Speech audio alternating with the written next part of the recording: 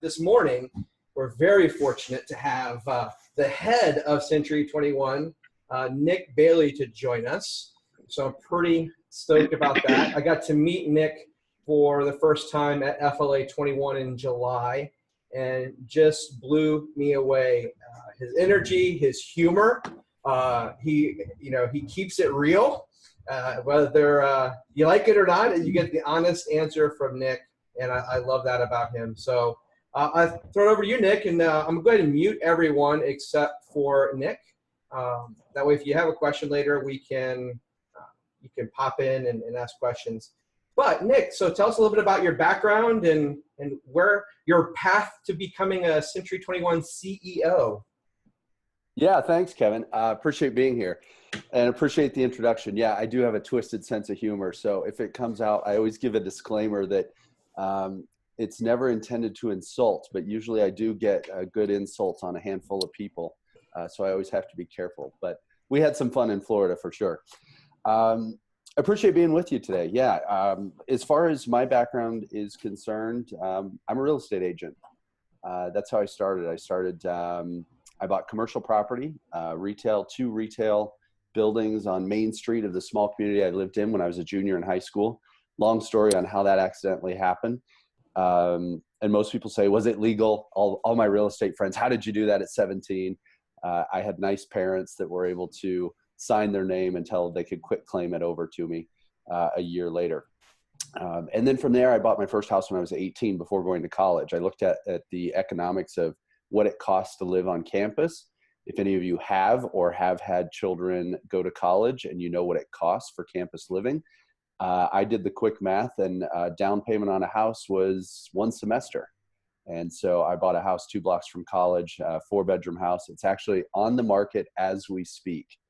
And it's all run down, nasty looking. I spent years fixing it up, and I almost feel like I want to buy it and refix it up again. But anyway, that was kind of my forte into real estate. So as I was going to college, I decided to get licensed. I've always just had this attraction to real estate. And I did when I was 21 years old. Of course, everyone said a part-time kid in college would fail. That's all I needed for motivation. And I wish they were all still alive to see how it worked out. But I started with C21 when I was 21. And so I was an agent, had an opportunity to open an office with the top producer in the area.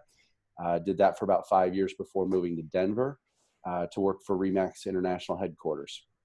In a live audience, that's where I get booed because I say the word RE/MAX. Everyone goes nuts. Yeah. I always have 2 pretty good boos on my history.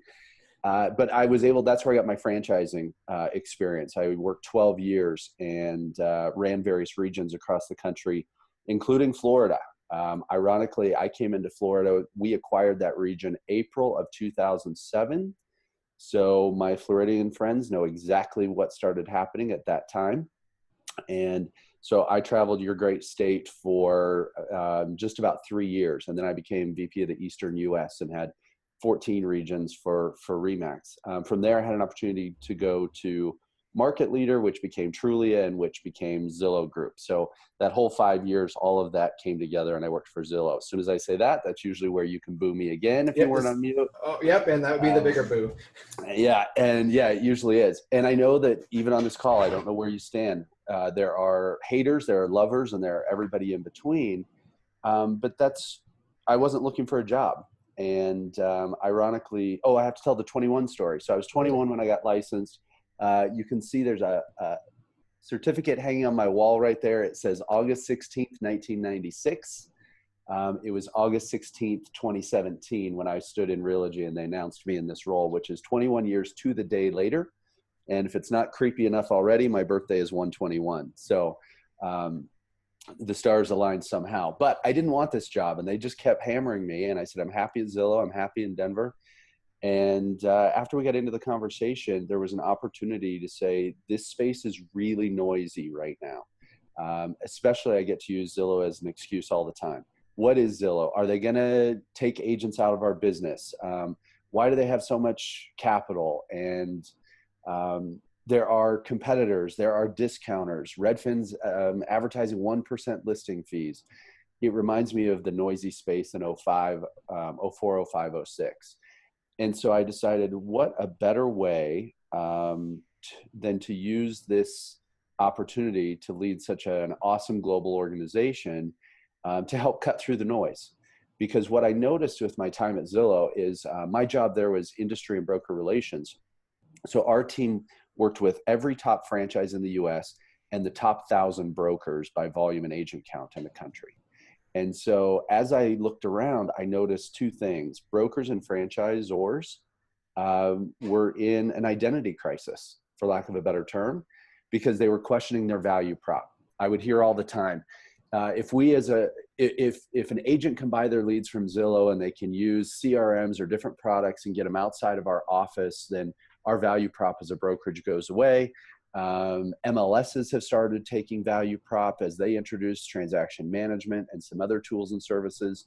And so everywhere I go, I'd hear this uproar of brands and brokerages saying, we don't know what our value is anymore. And it's not because they didn't have value. It's because the space was so noisy, they didn't know how to articulate their value. And so that's why I thought this was super interesting. Plus, this is an organization nearly 50 years old. It's a brand of firsts. It was the first to create franchising in real estate. It was the first company to have what is still today known as the most brilliant, most effective marketing tool in real estate, which was the gold jacket. We laugh about it today. I didn't have to wear one in 1996, but still to this day, people know what it means. And so in 50 years, it stands out as one of the most effective marketing tools. First company to hit 100,000 agents. And so now I think it's the first company that is going through a major generational facelift in a lot of ways. And we can talk more about that. And that's pretty fun work. So I tell people all the time, I didn't come here to run C21. I came here to do really fun work to make sure that I have two jobs. The first is that we're here to help Kevin grow his company. And the second is to help all of his agents get more closings. And if it doesn't do one of those two things, we're not doing it anymore. It's that simple. Yeah, that was, one of the questions I emailed you about. We're fortunate here in our office that I haven't heard a single, non-positive, let's put it that way, thing about our rebranding. We've embraced it. We love it. Everything. That was one of the reasons I started looking at Century 21 again. Mm-hmm. When y'all were in Orlando in March for 121 when you released it, and I just remember seeing the first Facebook post and going, "Oh, I want that." So of course I had to play hardball with Rick when he came in the office the first time because he told me no 2 years ago. But this time I'm like, oh well, maybe. All while behind I'm like, oh my God, we have to make this happen. But so what is some of your thoughts? There has been, I know you shared on stage the 3 groups of people with regard to the rebranding. But what are some of your thoughts of those folks that are pushing back with regards to this, in my opinion, amazing rebranding? Yeah, well, first of all, thanks for the vote of confidence on that, because it's not as if this was done in a vacuum. There was research and then there was common sense. We did an amazing, phenomenal amount of research around this, as anyone should with something to this magnitude. At the same time, when you're dealing with an organization in 81 countries and over 120,000 people, 8,800 locations, my guess is there's going to be a couple that don't care for it. I even look at brokers like, Kevin, you're going to make decisions in your company in years to come. And everyone sitting on this call today, there might be 1 or 2 that say, I don't like that. And especially when it comes to visual recognition, because it's emotional. But we also know that common sense said, we still have #1 brand name awareness on the planet. The words Century 21 and real estate are synonymous. And that is awesome. Because then consumers love us, know us, trust us. You also have the industry that our research said 83% of respondents in the industry said our best days are behind us. Gold is old and stale. Those were the most common elements. We had typography that looked like 1976. And so I looked at it and said, we can stand on stage and say how great we are and how big we are and all the success we've had in 47 years, or we can hold a mirror up and look in it and say, what do we do really well? And what are the areas that are creating objections for either growing offices or getting listings and closings? And the quicker that we identify what those are and address them, the better off we'll position ourselves for now and in the future. And the concept of a broker was having trouble recruiting because an agent says, nah, that's an old looking company. Not interested. And when you look at major brands in the US, generally, and I threw a couple of them on Workface, like, of course, the Golden Arches, and you look at Southwest and FedEx, some have changed their names, big changes on colors. Usually branded companies every 6 to 8 years go through a branding evolution. This company basically hasn't had one in 47 years. So we knew it was necessary. You look at design. Did any of you see NAR's attempt at a rebrand? Yeah. You can shake your heads, raise your hand. Yeah. And why it was a massive failure? Because it looked like Qbert. It used 3D and shading. 3D and shading hasn't been used in visual identity in over 15 years. And so to me, people pushed back, but they didn't know why they were pushing back. Where if you look at our designs, they're flat designs. So think of every company today, Microsoft, Apple, even McDonald's is fantastic. They've gone to a full flat design. And when we say flat, it's no shading, it's no angles. It has been the modern day look for many, many very big successful companies. And so those are the design elements that go into it. The other thing, second, that we know, every agent believes that they're a marketing expert. Second, if there's any free space on an ad or a sign, they fill it up. And being in a consumer-driven movement, there is a hierarchy now to not confusing the consumer. So for example, the concept of using your name, the office name, and the phone number and a website address, all the same font size, confuses a consumer. You want one call to action to stand out the most. And so as we worked on our mission statement to defy mediocrity and deliver extraordinary experiences, the one thing that we don't want is this to be a new logo slapped on the old way. And when you look at companies that are growing and you look at how they're positioning their look and feel, we wanted to make sure that we were in that race. So the good news is this: the vast majority, overwhelmingly positive on the response. And here's how we know, is because of how quickly the number of people are implementing the changes. I saw Bradley's team from Fort Wayne, Indiana yesterday. They had their Camp Bradley, and it looks like a field day for adults. It was awesome. 3-legged race and all kinds of things. All completely rebranded in shirts, and it looks sharp. People are definitely adopting it. Workplace, we have two things, and we're going to address them. One is, as you know, in social media, everyone's tough behind a keyboard. And second is, we just have a couple of nasty trolls out there. And that's all they are, is acting like trolls. That even people that are excited and want to share some of the success, they're finding themselves wanting to go after, if you will, everyone that's trying to be positive. And so what we're going to do is, my recommendation on Workplace, you'll see this coming in the next couple of weeks. We're going to have a share your concerns with us, which is a direct bucket. Think of a restaurant, you know, the suggestion box, which people can put their ideas in it, and we should be listening to every single idea, positive or negative, that comes from the field. I don't want to shut down the feedback at all. But for example, you go into a restaurant, you have a dirty glass, you may put that in the suggestion box and they fix it. You don't run around to every table and say, is your glass dirty? Look, my glass is dirty. Why do you eat here? And that's what the environment of social has created. So we're going to do a suggestion box. We want to hear from you. And then we're going to reconfigure that if you throw out a comment on a thread that's not appropriate for the subject matter or doesn't fit, we're going to say, thanks for the feedback. We've reassigned you to the feedback bucket. Because now what I'm seeing is we have brokers and agents that say, I don't even want to go on Workplace because I don't want agents to see this negativity. And it's only this many people. And so unfortunately, though, when you see it in that component, it feels like this many people. But we definitely, I get feedback in all channels, not just Workplace, and it is effective. We have a broker in Arizona, Floyd Scott, if you know Floyd at all. I've seen him. He was saying, and he's been around for decades, very seasoned to the business and our brand. He's recruited like 35 agents off of the new branding. And being in Arizona, he's got Zillow Offers, he's got Open Door, he's got Redfin. He has every single competitive threat that's out there that people are talking about. Purple Bricks, all in his market. And he's already recruited because of the new branding, few dozen agents. So case in point, if you leverage anything new and fresh, it can work for you. I think a lot of people need to read the book, Who Moved My Cheese? Yeah, it's good. It's a good book.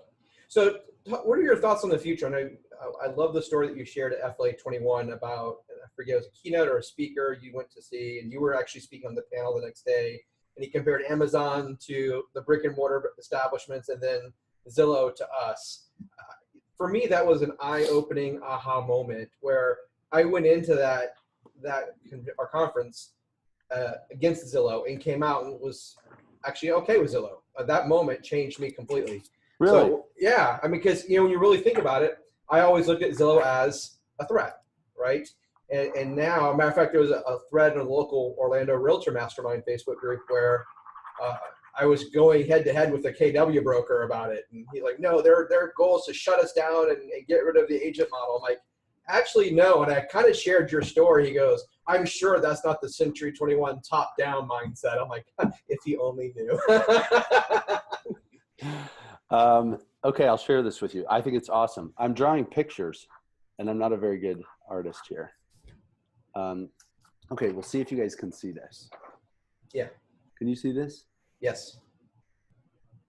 Okay, so what you have to get out of it is on this side, Stefan Swanepoel from T3, he put up a slide, and on this side was a bar chart, and it said Amazon's market cap is $785 billion.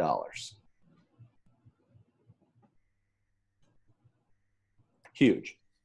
Next, over here, had about a dozen or 14 companies that said, it said Walmart, Nordstrom, Macy's. It had a number of companies, Target, and it said all these companies together, these dozen companies, equal the same market cap as Amazon.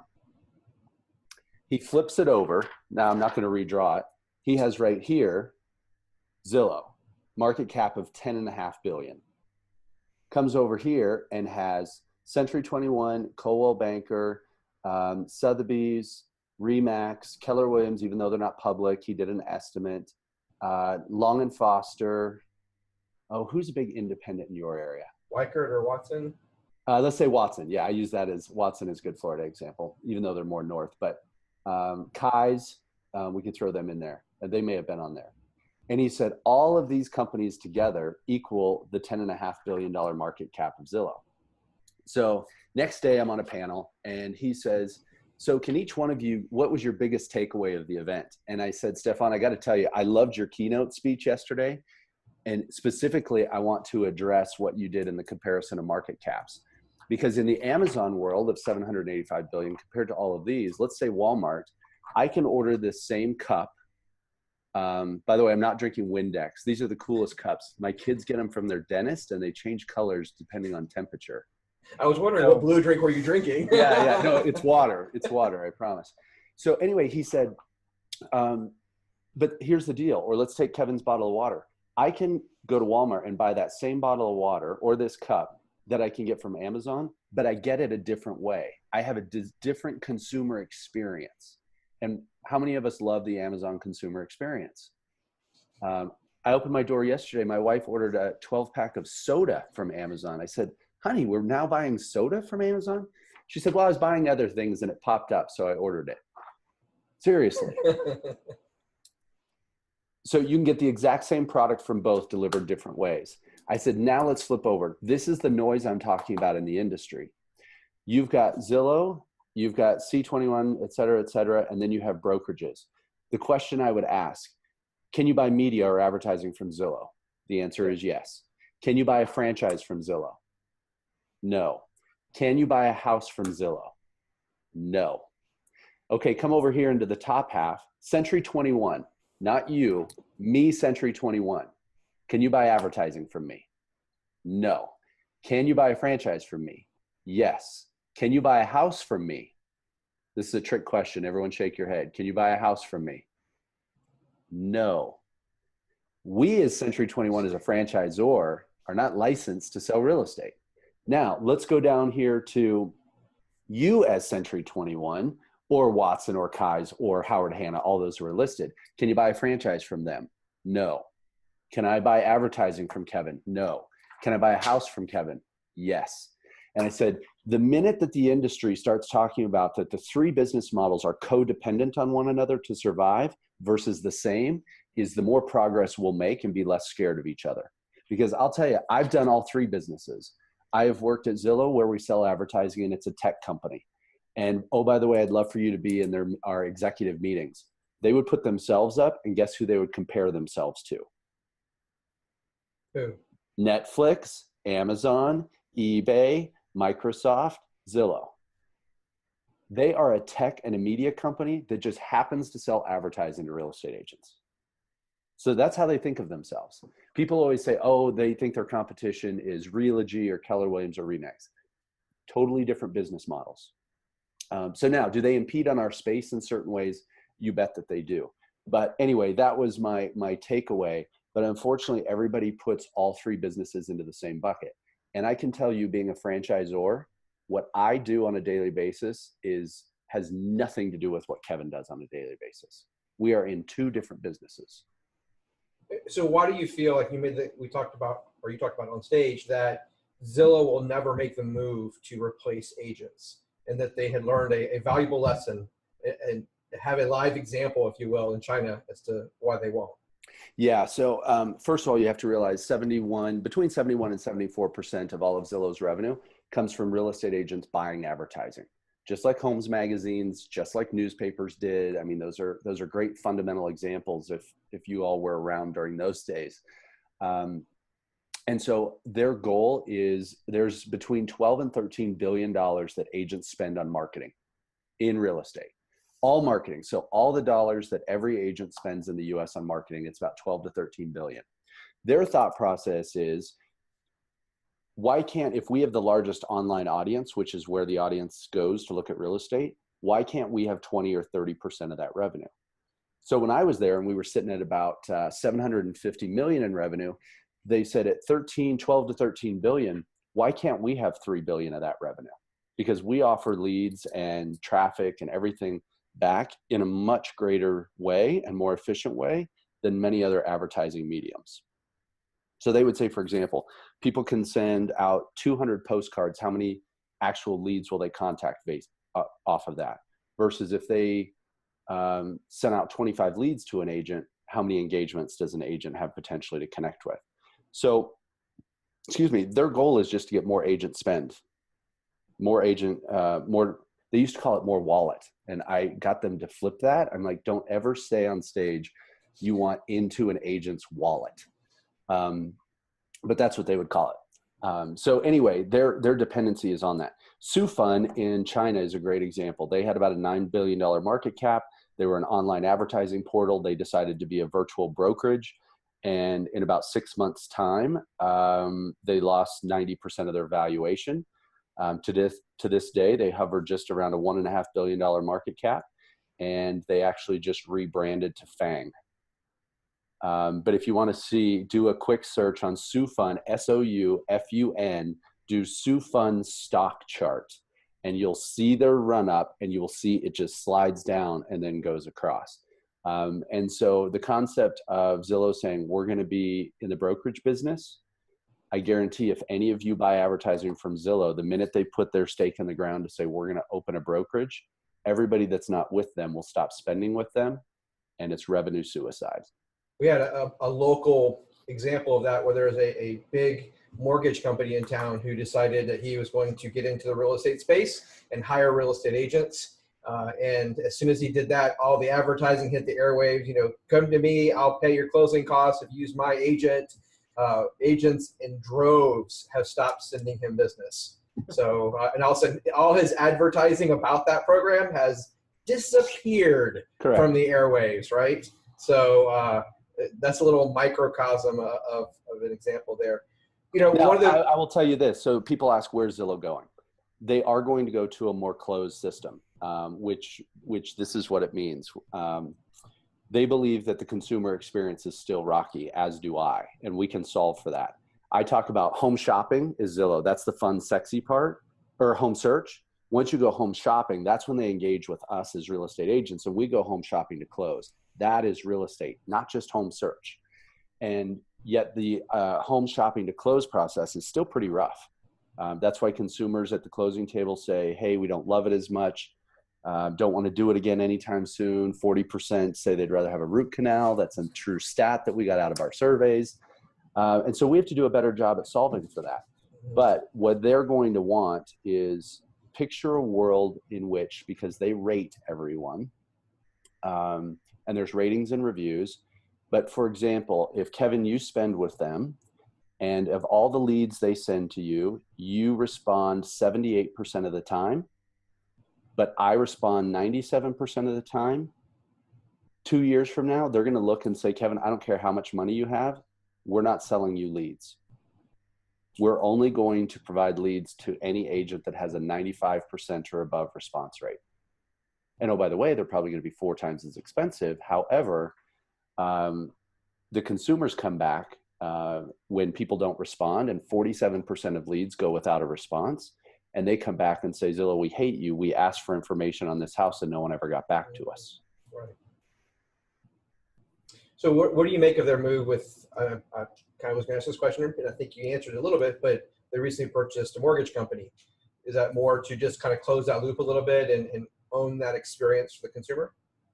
Yeah, and I think what they're going to look at is, I mean, mortgage is just the surface. Let's take the home shopping to close. Who's involved in that? You usually have a lender, you have an inspector, you have an appraiser. Who else do you have in the mix? Those are your main ones, right? Yeah. Think of a world in which you enter a Zillow environment and say, I want to buy a house. And oh, by the way, I need a lender. I need to have it inspected. I need to have it appraised. And they have almost their approved vendors that sit up here on top and say, awesome, we're going to pull down because now we have service level agreements. So for example, on mortgage, just hypothetically, if you engage with our mortgage company, in less than 3 minutes, you will have your pre-approval letter. And it's not just one of those pre-approval contingent. You will be fully approved for a loan in less than 4.5 minutes. Once you go to the inspection phase of your contract, we will guarantee that your house will be inspected within 24 hours and a full report back 5 hours later. So they'll use these service level agreements to create a wonderful experience where now you sit and say, the appraiser can't get there till next Friday, and then there's 4 days to wait for the report, and then the bank has to review it for 2 days. Well, you start connecting the dots of approved vendors that have service level agreements in it, and now all of a sudden you can take an average of 30 to 45 days from under contract to close. With the exact same process, you can take it down to 11 or 12. Now you've got an advertising to say, come use our experience and we can take you through your entire closing process in 12 days versus what takes 38 days on average. But the overarching point is they're still using an agent in the field that works for a Century 21 office or someone else to handle the sale. That's right. So we'll still be here. There'll still be agents while we're around, right? But that's right. But the consumer, and I say all the time, I believe that an agent is and will continue to be in my lifetime in the business, the most important part of the transaction. Yeah, you said that. My wife reminded me the other day, I'm getting a lot of white hair through here. So she said, you don't have much time left. Oh, I can't wait to meet Hannah one day. Oh, she's terrific. We've been dating since 8th grade. Wow. Yeah. Very cool. Yeah, it's awesome. So what advice would you give a brand new agent? We have a real estate school, so we get a lot of newer agents, and on this call, some agents that just joined us this week, actually. So what would your advice be to a brand new agent getting started in this business? First, money-making activities. This will hold true no matter what market, which is this. Every single day, if you are in front of someone that wants to buy or someone that needs to sell, those are the only 2 money-making activities that exist as an agent. However, there are a lot of distractions, especially as an independent contractor. You may have to put something in the MLS. You may have to do marketing activities or work your sphere and database. I do believe that the vast majority of business comes from your sphere and repeats and referrals. So that's super important. 89% of consumers say they would use their agent again, and only 9.5% do. It's not the consumer's fault. It's our fault. Guilty, Your Honor, because we didn't keep in contact with them. First time that happened to me as an agent, I was devastated when a competitor's sign came up. And I saw this couple every week in the grocery store, hugs and kisses and how are you doing? And they put up a competitor's sign. It was my fault. In 2.5 years, I hadn't sent them one thing about the market or their home or Merry Christmas. Hug in the grocery store isn't enough. But agents will do a checklist of today, and they'll go through their checklist and say, I washed the car, I got the dry cleaning, I sent out 10 postcards, I entered something into the MLS. And you realized you did not talk to someone that wanted to buy or needed to sell. You did no money-making activities that day. So your goal every day when you wake up is be in front of someone that wants to do one of those two activities. That's number one. Number two is become a brilliant listing agent. When I went to real estate school, the first thing they taught me is it's realtor, not realtor. The second thing was those that have the listings win. You control the market, you control the pricing. You're not using your valuable time driving people around. But as a new agent, you will likely work with a lot of buyers because you've got to hone those listing skills. That's okay. But if you look at when I get to hand out the top 10 or top 20 awards in our system, generally speaking, 95% of those awards are because over 70% of their business comes from listings. You can scale listings at a much greater rate than you can scale driving buyers around. So that's number two, make sure listings. So money-making activities and listings. And the third part is make sure you keep in contact with your sphere and past clients. And like, I love Brian Buffini for that. He talks about handwritten notes and pop buys and some of those pretty basic things I think are super important. Awesome. Well, that's all I really had. So anyone out there, any of you have a question, raise your hand, unmute yourself, shoot up a flare, fireworks, and carrier pigeon. Anyone? Oh, Kevin, I forgot to tell you, I haven't said this publicly yet. You know, you talked about workplace. Yes. And comments. Yes. Do you know I have the staff track every single comment on workplace, if it's positive or negative, and we go back and look at their production past 12 months. Do you know that every positive comment on the rebranding site, the average agent that has something positive is in the last 12 months doing 136% more than the group that's not? Yeah, I wish you would share that. Because you're right, there are those couple trolls. There's two names that come to my mind that I won't say here, but it's no matter what, if something positive or negative. And what gets me is when they come back with comments, it's not constructive comments. It's negative. It's beating up on the marketing team. It's beating up on the ad agency.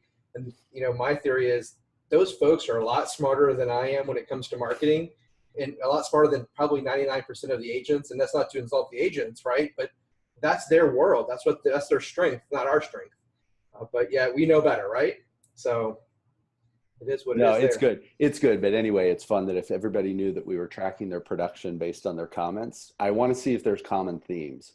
Right. There's a couple brokers that I've been messaging with regarding one particular agent, and this agent has virtually no production, but is one of the biggest, in my opinion, that I've seen trolls out there. And it just kind of chuckle in the background, like, really? All right, you should spend more time making cartoons. Anyway, it's fun. But aside from the funny part of it, we have taken a lot of the suggestions. We've made 3 or 4 really good tweaks since the launch. Like, for example, the white signs with the gold lettering, huge miss. You can't see them.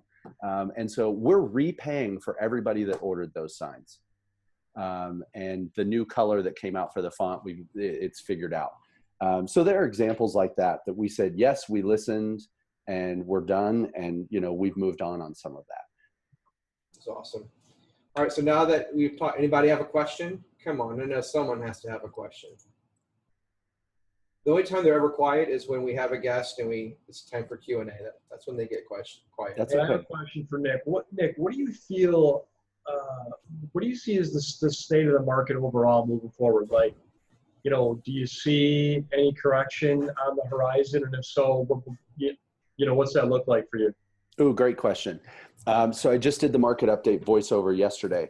When you look at transaction as a whole, we're down 0.7% in July from June. So it's shown a little bit of slowing. It's higher percent in the higher end. It's 1.5% lower on transactions from year over year, but we're 4.5% up on price.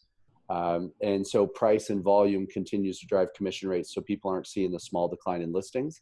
I think part of that is due to two things. One, affordable housing in the price range that first-time home buyers can enter. As you know, it's just still a multi-offer bidding war. And the second is new construction can't come out of the ground fast enough. I have a conspiracy theory that we would have made it through subprime lending better than we had. And it relates to this question. You had 80 million baby boomers, you had 40 million Xers, my generation, and then you have over 80 million millennials. So you had anywhere from like a 6 to 8 year period of time that household formation was going to be reduced by 50%. And we're on the back end of that because the X generation. So I say, if you told everyone in Orlando there will not be any household formation for the next 8 years, what would happen to your real estate market? So now what you have is we're at 1.92 million active listings on the market, still very low. Granted, real estate's local and these are national stats. It's 4.3 months of active inventory. But here's what I forecast. We are coming into the fall, still a super strong market. Prices are going up, transactions, I mean, we're talking 1.5%, virtually unchanged. That means we're going to push into 2019 spring season very, very strong. I believe the second half of 19, we're going to see a dip, not a huge dip, but I think it'll move us from say 4.3 months of inventory to over 6. And part of that's going to be due to the fact that we're entering now the beginning of a major political campaign. We're back to presidential re-election. Don't care anyone's politics. I believe that this re-election campaign will feel more like an election campaign versus re-election. Just because of the state of the environment. And whenever that happens, you always see Wall Street and investors get conservative with the pocketbook. Whenever that happens, high end slips a little bit and everyone gets a little bit more conservative and says, wait to see. I believe that in that typical average price and under, we won't feel any of it. And we'll probably exist through that through second half of 19 into 2020. And we'll see things even start to pick up in 2021. In addition to increase in interest rates, I think that 4.5% increase in price will dip to be about flat with the increase in interest rates combined with additional months of inventory. So I don't think it's going to be crazy. I actually think it's going to be really good. Okay, so what's that mean for agents? Here's my advice. Right now we have leads flowing in, or agents have leads flowing in everywhere online, and they dismiss some and some aren't qualified.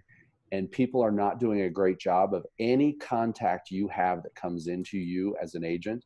You should be putting them in a database because mark my words, starting a year from now or getting into fall of 19, things will start to slow a little bit or cool. And we're going to have agents say, oh my gosh, now I need leads because they forgot to bank all of their leads and work them for the last 2 years. Amen. Couldn't have said it better. When I got into business in 14, we were having people call us back because we've kept in touch with them all these years. You know, you stayed in touch with them, you sell them a house, put them on a sold trip. So that way they can see houses that sold in their neighborhood. Once a month, it sends them a quick little email. It works and it keeps people top of mind. I had one of the houses I sold, I think it was 15, call back, hey, we're ready to list and want to buy this $450,000 house. Okay, let's go. You know, when they bought their house, they paid $295, I think it was, and it's worth about $360 now. That's awesome. So, well, and I always like to give a couple of hints. I mentioned it at Florida. Obviously, keeping in touch, fill that database. Whatever technology you use, doesn't matter. Whatever people ask me, what's the best system? The best system is the one that you're willing to use. Just use something. That's super important. And keep in touch. The other thing that people ask is, if I send postcards or print mailings, how many should I send? Send as many as you're willing to follow up with a personal phone call after you send them. If you send it and don't follow up with a call, don't send it. It's not worth the stamp and the paper it's printed on. Because all you're looking for is a piece that creates a conversation of engagement. They're not just going to pick up the phone because they're getting the same thing from 10 different people. Ratings and reviews. We're in a space where consumers believe perfect strangers what they say about you as an agent versus what you say about you. There is more stock into what a stranger says today about you. When do you ask for ratings and review? 99% of agents, when do they ask? At the closing table. But you've allowed then the appraisal to come in low, the lender to say, I need 2 more months bank statements, that anxiety-ridden process, and then you ask them for the review when you have dependencies on other people. When is the happiest a buyer is? I know the answer, so I'm not going to answer.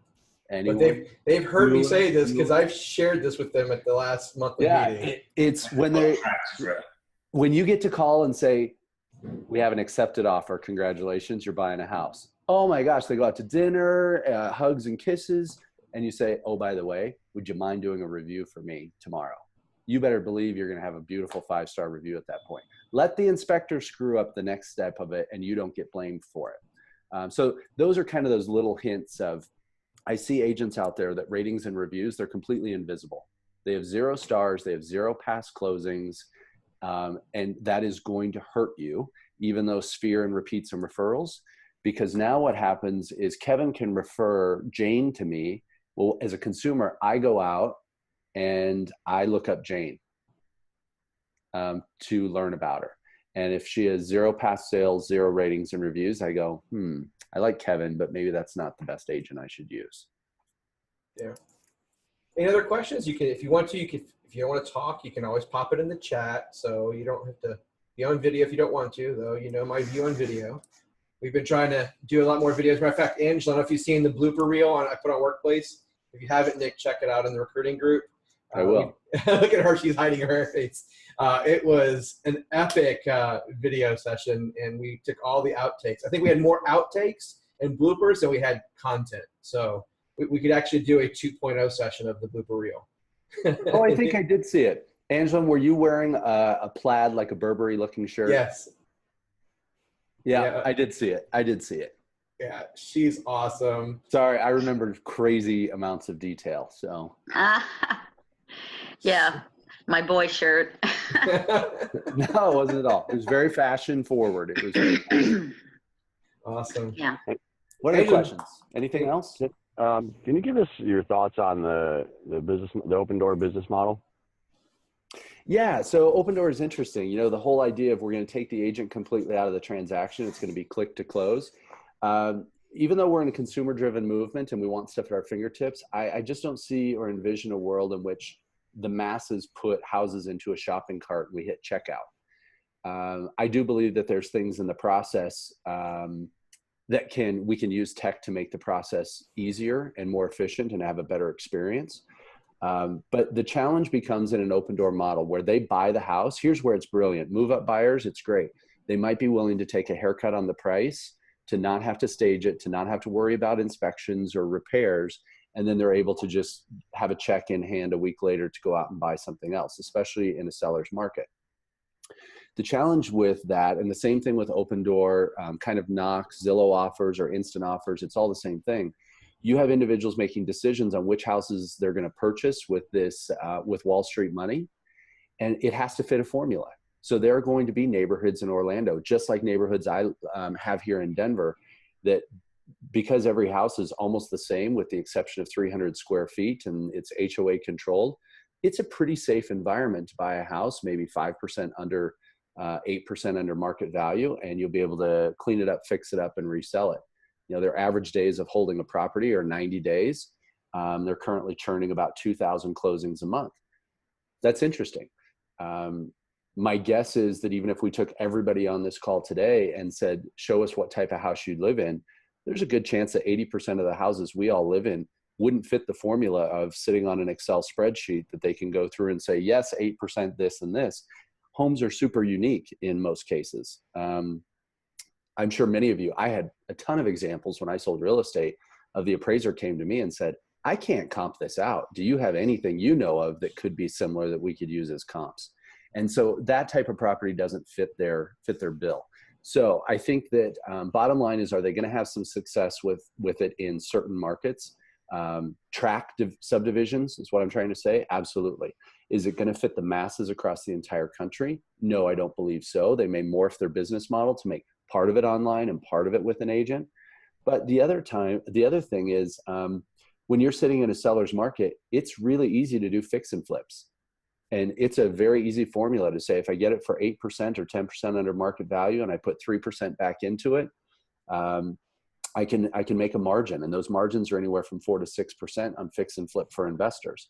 Well, the minute we go from 4.3 months of inventory in the US to 8 to 10 months, their holding costs on a huge book of real estate takes a lot of money.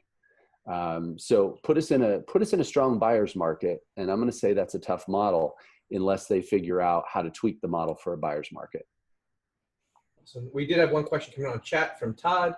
He sees lots of the old C21 signs up around town here in Orlando. Is there a deadline for those signs to be replaced with the new branding? Yeah. So we put together a timeline of 6 months for, or like 3 months for digital, which is websites and things of that nature, 6 months for signs, because we knew that they're mini billboards and those are the most important. And then for office signage and things, that goes into 12 months or more, 12, 18. Here's what we know is, in an ideal world, 8,800 offices and 120,000 agents, if we could write a check and do it all for everybody and say, you've got 30 days to do this, that would be the best way we could unveil this. But we also know that even though we're contributing at a very small level, the amount of burden that it puts on the broker and the agent in terms of the investment is not something we take lightly. Things like business cards and envelopes and stationery, that's stuff you go through via attrition anyway. But when you start talking office signs, some are 500, some are 15 and 20,000. And that's a huge ask for brokers. So even though we want it as fast as possible, and we put out those recommended deadlines, we're not going to be overly stringent. And don't take me wrong, this isn't 10 years from now, I know we'll see old signs. But we also know that we have to be reasonable because we're asking every broker and agent to share in the expense to do this. And so that takes some flexibility on timeline. One question that I know someone had asked, what's the process for as we start to transition? You know, we've already seen, like, on Workplace, some folks sharing stuff that clearly is well outside of the guidelines. They love that free space, so they're cramming it all in because they feel like that was the blank canvas for their inspiration. What's that policy for policing that? I know, it's terrible. Well, here's the good news is we don't have to have a police department because you all are really good at turning in each other. And so, yeah, they're going to get nasty letters that say you're not in compliance. One out there said, how about we all design our own signs? Well, then why are you even with a brand? The point is we sit at 94 to 96% brand name awareness because of the fact that there's consistency throughout. And I love the comments that, hey, well, people don't recognize these signs. Well, of course, they're brand new. They've seen the old ones for 47 years. It'll take time, but brand recognition is not just visual. I use it every time I travel. In fact, I'm headed to Florida to Destin tomorrow. And I guarantee when I get in the car, I will ask my driver, I will say, by the way, I'm thinking about investing in real estate. What's the most well-known real estate brand you know? We always come up number 1 or number 2, no matter where I travel. And so that's brand name recognition. They don't say, oh, well, I saw a sign on Highway 40 yesterday. Let me see about that. You could put a sign in a yard that's blank. All it does is indicate to a consumer, this might be for sale, and consumers go here to look up the details. Let me give you something else on signage and things. I had someone say, well, on the open house sign, my name isn't big enough, the office name isn't big enough, etc. And so I said, well, what's the perfect purpose of an open house sign? This is where I encourage agents, be deliberate about your marketing. When a consumer is driving by and sees a directional arrow that says open house, I see some of them with the office name, the agent name, and a crayon writing 124 Maple Street. What's the purpose of a directional arrow?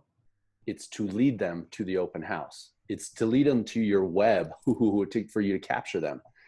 And so what's interesting is the open house directional arrow is not intended to advertise you. It is not intended to advertise the office. It is telling the consumer, if you're interested in looking at the inside of a property, this is how you get there. So think of a world in which you opened your GPS and it was just full of ads everywhere. And you're going, no, I don't want the ads. I just need a map to tell me how to get where I need to go. If I'm going to the grocery store, I don't want to see that pork loin is on sale today for $9.99 a pound. I just want to get to the grocery store. So as soon as we start backing off and taking common sense, what is your yard sign meant to do? What is your newspaper advertising meant to do? What is your directional arrow meant to do? And start thinking of it that way.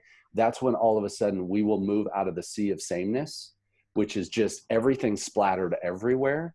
And we will get very clean, crisp, and sophisticated on telling a consumer, here's what you do based on what we're trying to get across. I guarantee we'll be more effective in our marketing.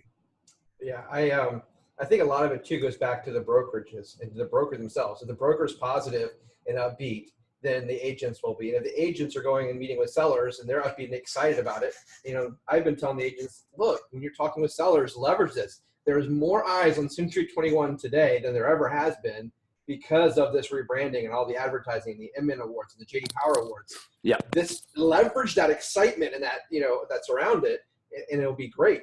But you've got to do that. But then, egos get in the way. So. Well, we worked with a company. They've worked with Audi. Charles Schwab is a great example, and their headquarters sits across the street from me. Beautiful campus. New Balance is another one that they worked with. And so when we worked with Eat Big Fish, they create challenger brands.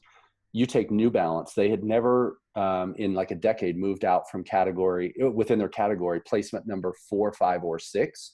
They had $1 billion in revenue.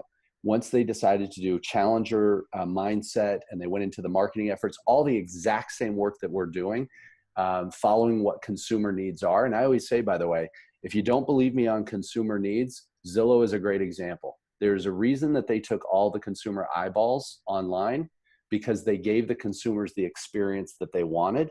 Whereas 20 years ago, we wanted the consumer to see us first so that then we could open the MLS book and then they could see properties second.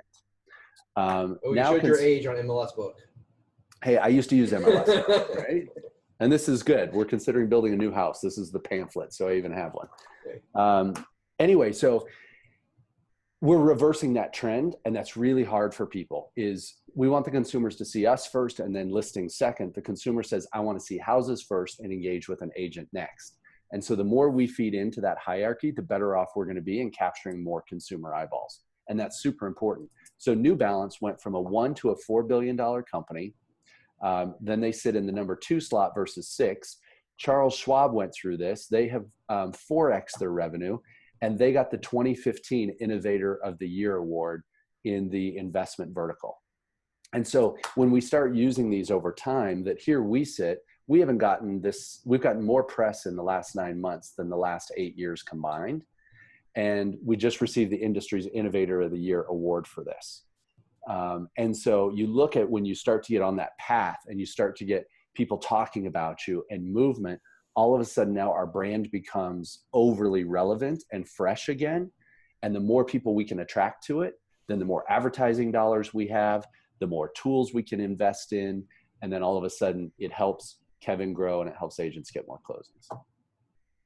Awesome. Well, Nick, I know we're up time and you're a very busy man, but thank you so much for taking time out of your schedule to meet with our little family here in Orlando.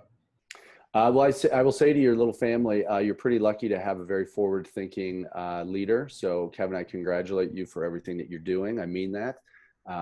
People that are progressive and forward-thinking are going to win in this business because it's more competitive than it's ever been. And thank you for letting me ramble for almost an hour. I appreciate it. Well, I think everybody here would agree that they got a lot of great nuggets out of this hour. So everybody agree? Yes. Look at that. Like I said, it's the most reaction you've gotten. They're all excited.